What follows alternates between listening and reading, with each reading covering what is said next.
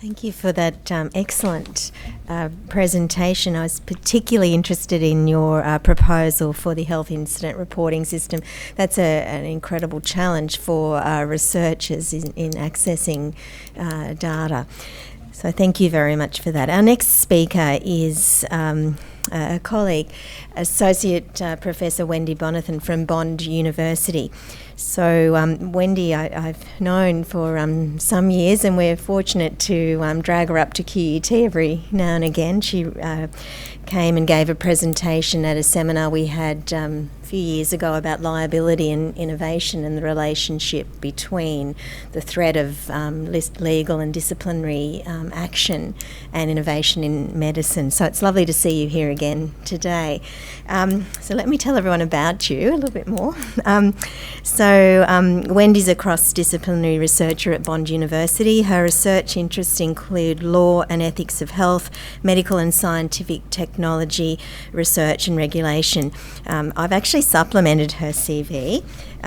She's published widely on issues including research, ethics and regulation, legal capacity and culpability, genetic privacy, property in body parts and derivative data, regulation of medical devices and pharmaceuticals and medical negligence. She has obviously a very broad and diverse interests in health law, so we're very lucky to have her here today presenting. Thank you, Wendy. Her topic is opening up biology, evolution or revolution of a discipline. Thank you.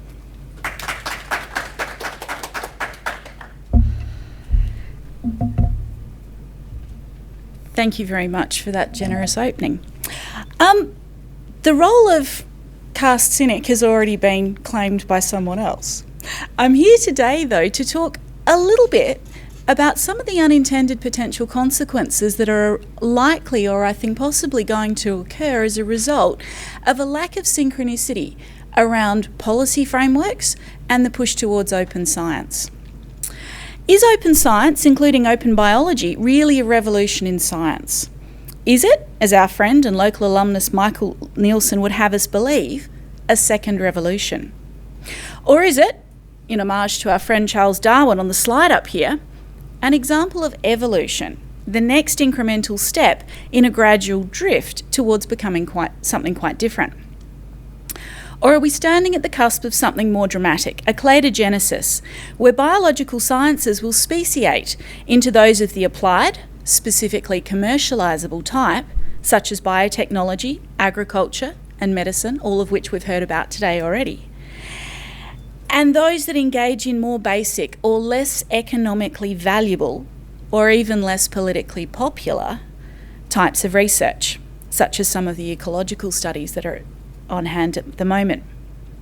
Is open biology and the broader open science philosophy ever going to be permitted to achieve the aspirational goals its proponents have identified? Or is it destined to wither on the vine like many other collaborative attempts to challenge the status quo using technology in recent years, providing essentially a poor man's platform for those scientific disciplines deemed to be unworthy of professional attention, unworthy of support by public or industrial funding, and ultimately starved of scientific credibility?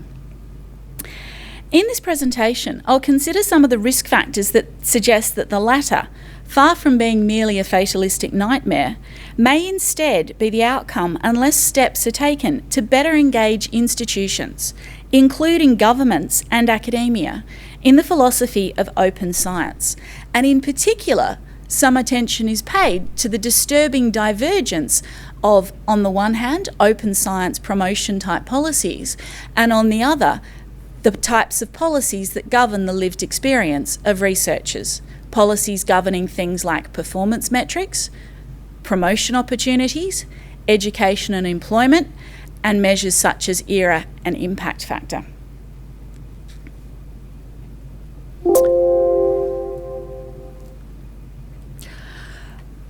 After today, we're probably all more than familiar with the characteristics and definitions of open platforms. Nonetheless, here are a couple that relate specifically to open science, which are extrapolatable more to my topic of open biology. The first, by Vincent Sayers and colleagues, sought to define the term using an integrative approach drawing on a systematic review of academic literature on open science. And this is what they came up with. Emphasis here is on concepts such as transparent and accessible knowledge shared and developed through collaborative networks. Michael Nielsen, the local alumnus I mentioned earlier, who's morphed into a champion of the open science movement, defined it in the following way: as the idea that scientific knowledge of all kinds should be openly shared as early as is practical in the discovery process. Sharing is a common theme to both these definitions, and it's a concept that appears frequently in other definitions as well. Features of open science include accessibility to both professional and amateur scientific communities. And a key objective of that is to enable other researchers to contribute to, reproduce, or avoid redundant repetition, as distinct from replication and validation, both of which are critical parts of scientific methodology of existing research. Open biology, perhaps unsurprisingly given that it is a subdiscipline of the broader science area, could simply be a subset of open science dealing with biological sciences, defined broadly. However, that's not the definitional framework I've chosen to use today. Instead, I want to use the definitional framework of biology provided to Australian researchers by the Australian Bureau of Statistics in generating the fields of research codes which govern our lives as researchers. In particular, the subset of activities falling under the 0600 category, also known as biological sciences. To get an overview of the current research landscape in Australia for the biological research sciences, I thought it would be useful to look at projects within that 0600 code that have received ARC funding in the last 18 years or so, and add up the amount of funding that each of them got. So far, so good, seems like a pretty straightforward methodology. Problematically, however, I rapidly discovered from reading the brief description of those projects was that the overwhelming majority of them were incorrectly identified as being 0600 within the FOR definitional framework. Indeed, virtually all of them emphasised commercialisation applications, things like biotechnology applications, impacts for medical and health-related research, other types of things with strong commercialisation focus.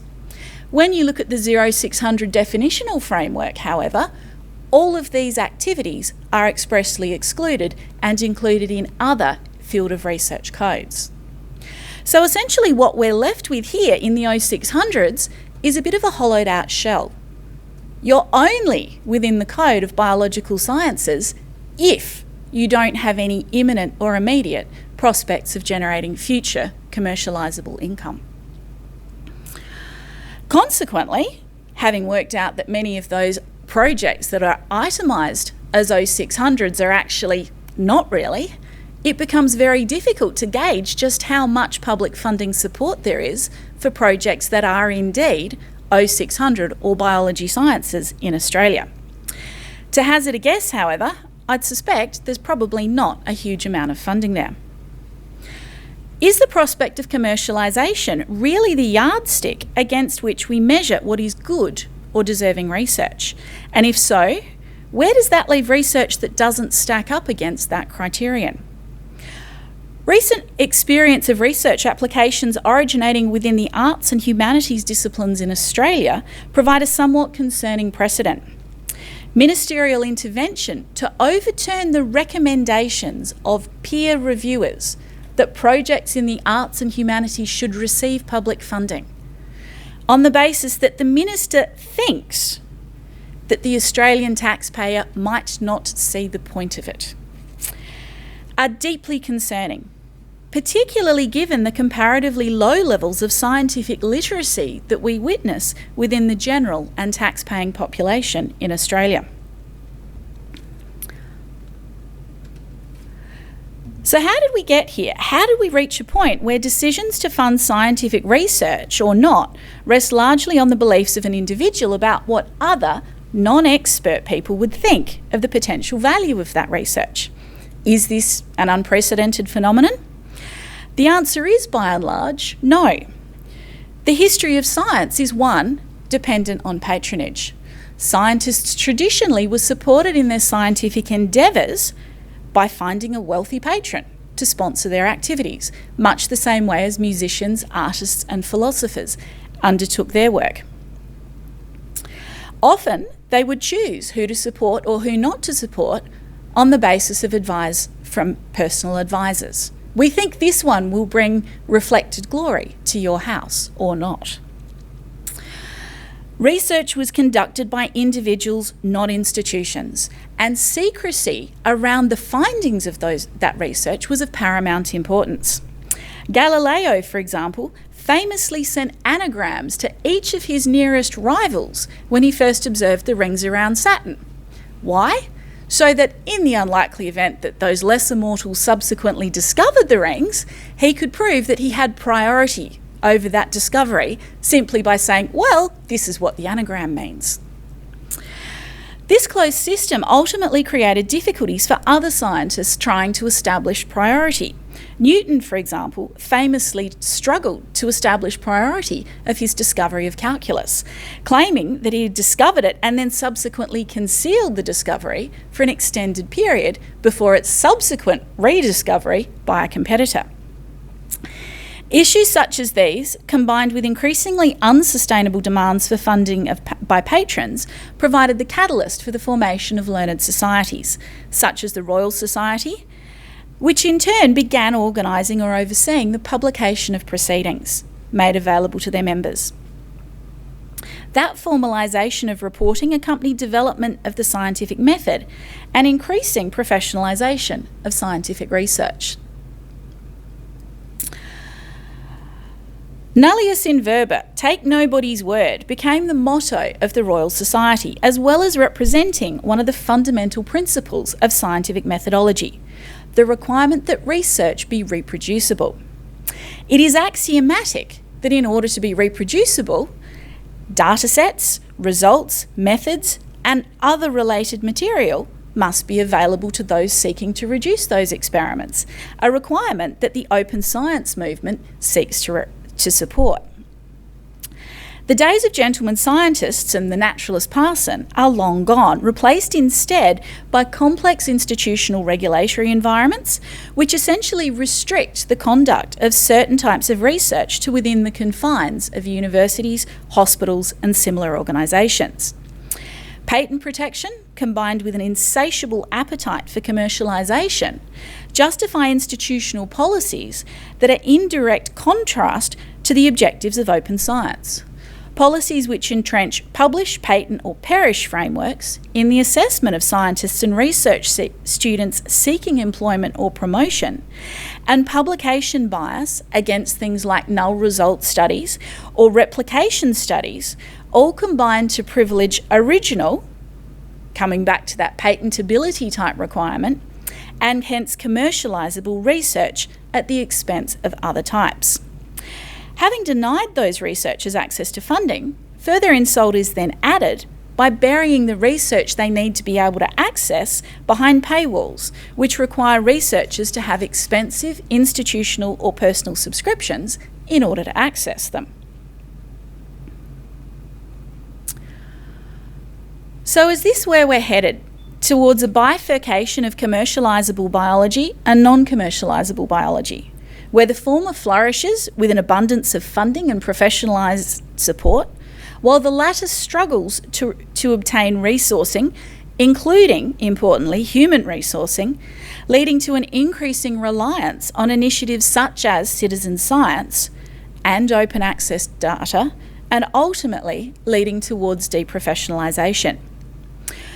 Or is there scope to ensure that open biology and its counterpart, citizen science, remain tools that support an adequately resourced, professionalised biological sciences research environment, where citizens participate in data collection to support, for example, bird or frog audit studies, which is made openly available, not because those activities have been deemed to be lacking in value, but rather because of a genuine enthusiasm for and engagement in scientific endeavour. Such a model is far more desirable. It does, however, require adoption of a broader criteria for value determination than we currently see.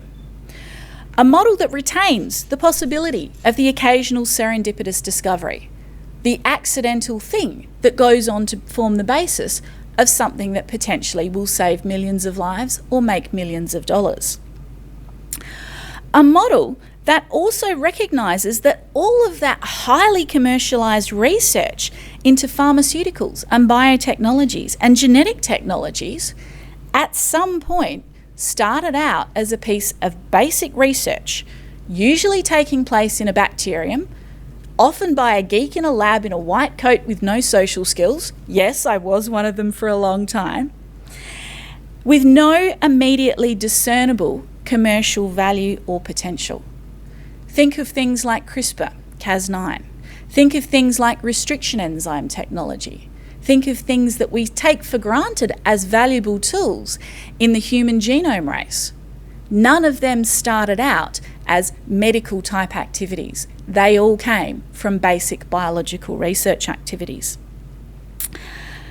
Conversely, let's also not forget the legacy of some of the amateur scientists, people who conducted research without that degree of professionalisation that we should be valuing. The zoologists, for example, the famous egg collectors of the Victorian era, who, as one of the more destructive breeds of amateur scientists, endangered and then subsequently rendered extinct many species of birds throughout the British Isles as a consequence of their undisciplined enthusiasm for the collection of eggs and the destruction of nests in the name of scientific discovery. But let me return briefly to the guy we started with, Charles Darwin. I'd like to examine Charles Darwin in the current context. A man who was an independent scientist for most of his career, periodically associated with geological societies, but generally independent. A man whose research was self-funded, or at least funded by his father, largely on the basis that he really didn't know what else to do with this wayward son who just wouldn't knuckle down at uni. A man whose lack of commercialisation prospects would probably preclude him from accessing public funding to support his research, certainly under the current Australian regime. And who would probably be found to be lacking in impact, according to current research metrics. In the event that he did manage to obtain funding from private sources, often through a contractual arrangement, there is a very strong chance that some of his research would never be published, not least of all because some of the funders would not permit the publication of it, firstly, for fear of the damage that it would do to their reputations, and secondly, for fear of the damage it would do to their immortal souls. Notwithstanding that, however, he remains the scientist who probably made the single greatest contribution to the study of biology throughout history. It is indeed possible that he would indeed feel right at home in the here and now of research in the Australian university sector in 2019. Thank you.